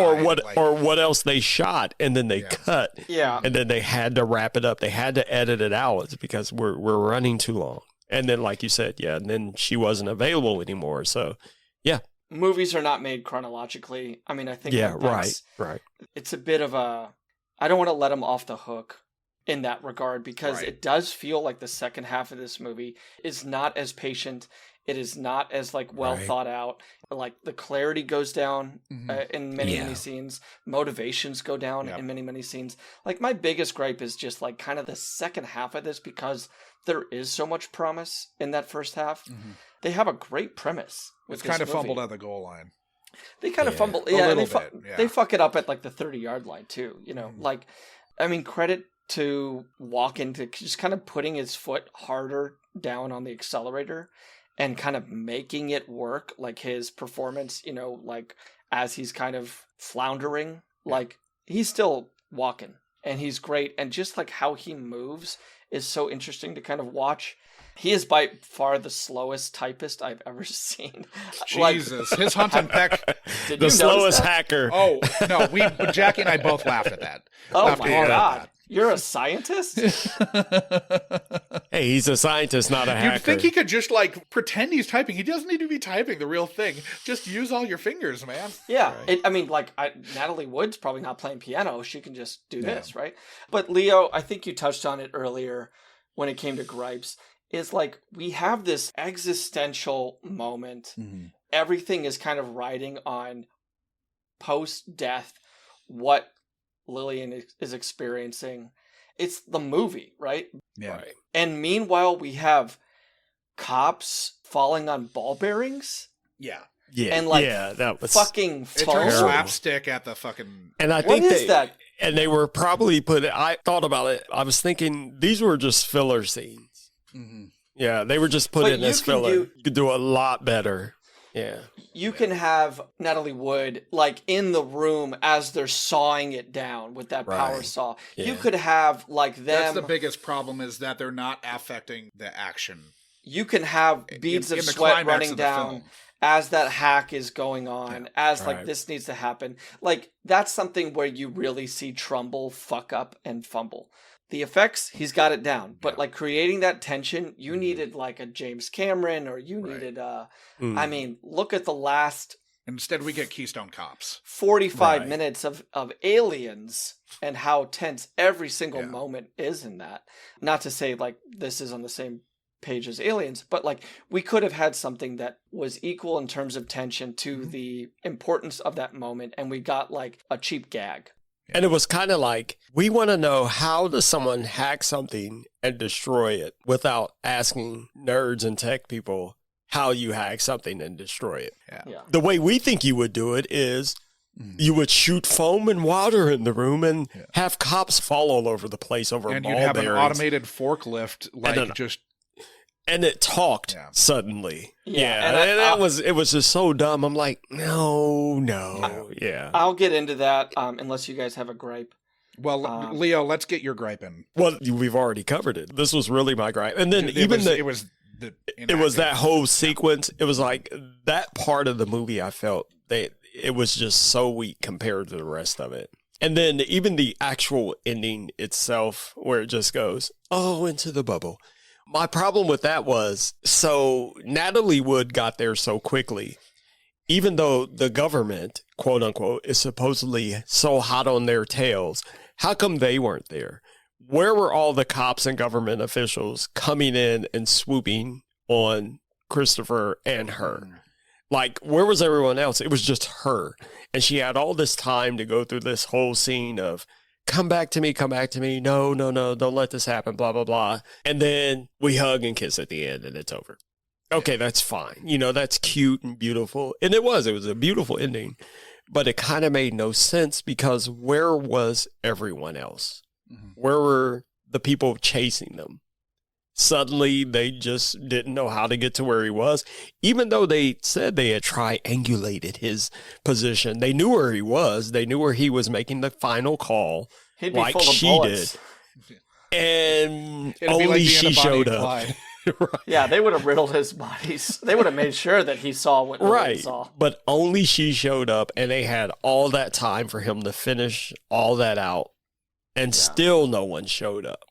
And it just ended. And you know, like maybe, again, to bring up The Matrix, we have that scene at the end that was like super emotional with Trinity telling Neo how she knows he's the one because she loves him. It felt like we really rushed that shit too with Natalie. Right. It was like, get up, Michael, get up. I suspect that's a byproduct of her dying. Yeah, I mean, that's what we should say. Like, we should make that asterisk. Like, they were kind of tasked with an impossible job. Yeah. Your fucking lead actress dies. Yeah. You have to cobble this thing together. You can't do any reshoots, which might help. Yep. Mm-hmm. Plot-wise, pace-wise, like, that's unavailable to you. It's not like we can get some CGI technology to, like, Brandon Lee our movie to completion. Yeah. Like, Natalie Wood's gone. Right. So whatever we shot is what we have to make do. That's all we got. Yeah. So we got her sister as a body double sometimes. And I give them credit for what they got. From far enough away. No, absolutely, Leo. Absolutely. There should be a lot of credit to actually getting this thing across the finish line in its sort of like in its form that it ended up with. But with regard to gripes, and we love to, rip apart a movie, it does temper the sting a little bit for me when it's like, well, you did fucking lose your lead actors. That's it. I mean, for fixing this movie, Josh, I would just say I would love to fix this movie for today by just leaning so much heavier into the shop talk of it. I think audiences will smarten up.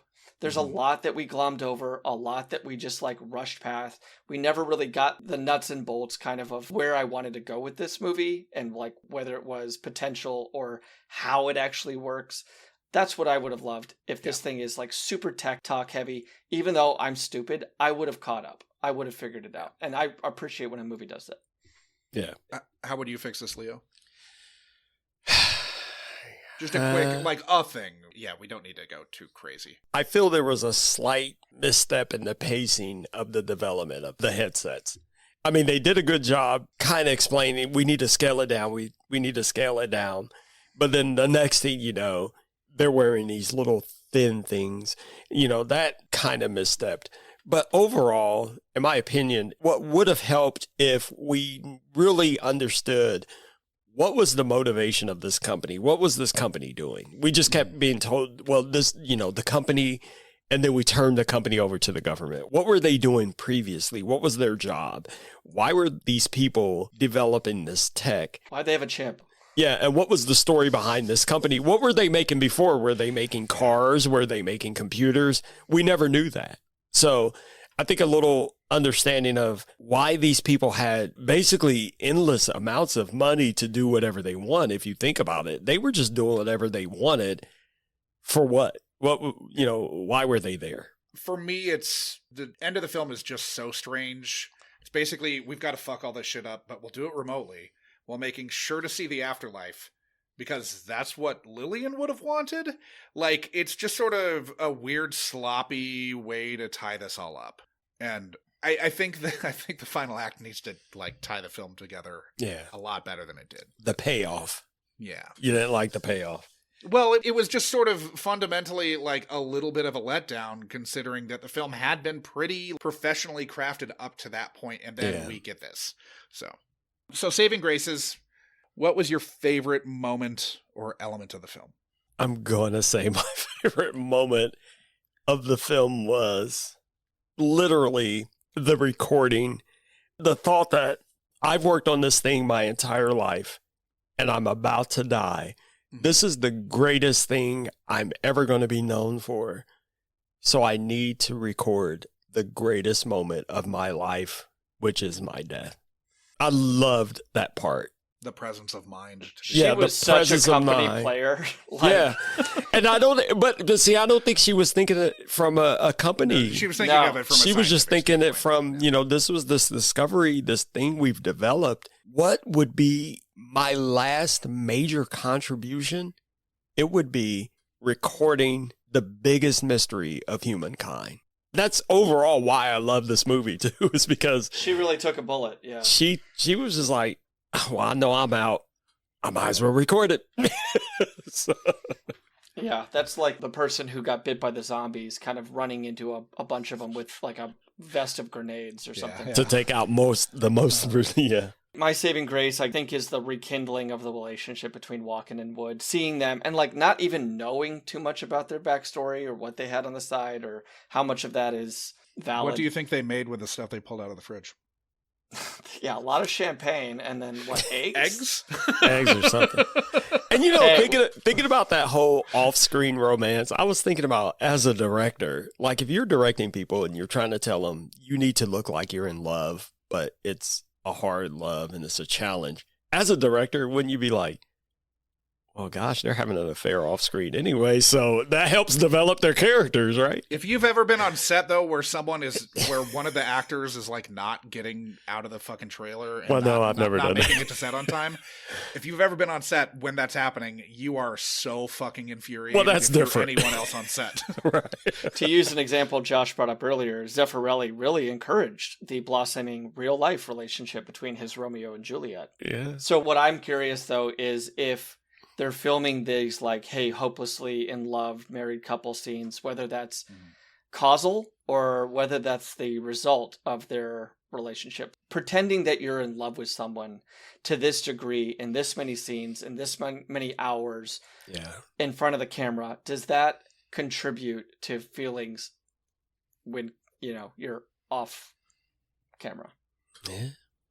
To me, it's right before what you're talking about, the rekindling. It's the reel that he puts together. Like, I think conceptually it's kind of corny, but when he puts it together, I think the reel that he shows of them like being in love when they were in love the first time, I think that's probably the most effective. Yeah, and I think like that's probably like kind of in every, maybe that's part of being a human, is that you want people to kind of remember you in those types of snippets, right? Like it would be great if we could all kind of put together our own best of montage. We can. It's called Instagram. Yeah, sure. Only the best.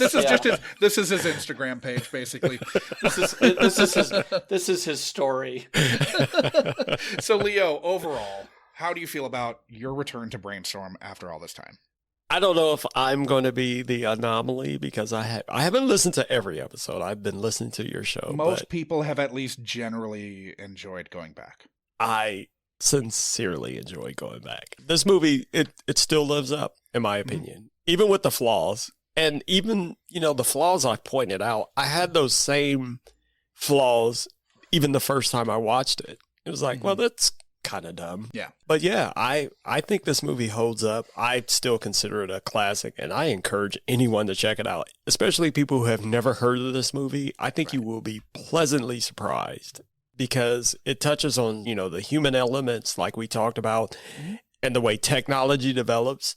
This still holds true today, in my opinion, except for the military is going to come in and take everything element. But other than that, I think it holds up great. So before we say goodbye to the listeners at home, where can they find you, Leo? People can find me everywhere. No, primarily I'm active on Blue Sky. He's in your backyard. I'm in your backyard right now. On a bike. Yeah, on a recumbent bicycle. Cracking a bud. No, I'm primarily active on Blue Sky. I'm primarily active on Blue Sky, like I said, on Threads. I'm still active on ACX doing audiobooks. If you're an author and you need an audiobook authored by my voice, if you like my voice, hit me up. I do production stuff and blah, blah, blah. Like I said, I'm working on a new show. Working on some new stuff. And that will hopefully have dropped by the time this does. By the time this drops, you may have already heard it. So there you go. Your handle on social media is generally Leo J. Allen Jr.? everywhere you can find me, anywhere on the internet, regardless of social media, it's always Leo J. Allen Jr., which was, I talked about this in the very first episode of Voluntary Input as to why that is. So There's the breadcrumb. there you go. There's the breadcrumb. Exactly. Well, Leo, thank you so much for subjecting your childhood to the scrutiny of the Unkind Rewind. It passed. It did. Oh, thank you. I'm glad. Passed the test. Thanks, Leo. Thanks for having me on, and it's great talking with you guys. And Yeah, thanks. if you want to have me back, I would love to Oh, yeah. rewind some other movies. Mm-hmm, for sure. We'll do all of Louise Fletcher's work. I'm down. I told you, original thirst trap. Sure, Louise man. Fletcher. She's the original thirst trap. On that note, bye, everybody. See ya.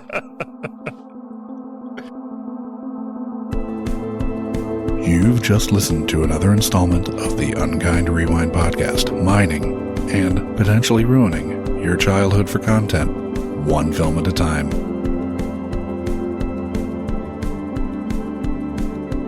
Unkind Rewind is a Munchcast production and can be ingested wherever you listen to podcasts and on the Unkind Rewind YouTube channel.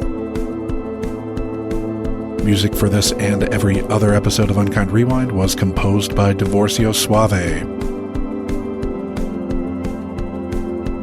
Rate, review, like, and subscribe to Unkind Rewind on Apple Podcasts, YouTube, Spotify, and Good Pods. Links to all our social media accounts are in our show notes, but you'll find us as at Unkind Rewind Pod on nearly every social media platform, all of which are available at our website, unkindrewind.com.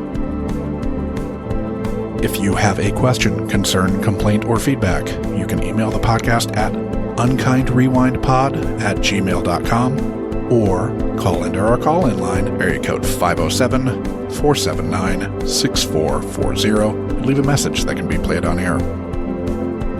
Fans should join the Munchcast Discord to discuss this or any other episode of the Unkind Rewind with like-minded people. This dialogue may just make it into a future episode of the pod. The Unkind Rewind Patreon will be coming soon, so start squirreling that pocket change away. Thank you for listening to another Unkind Rewind.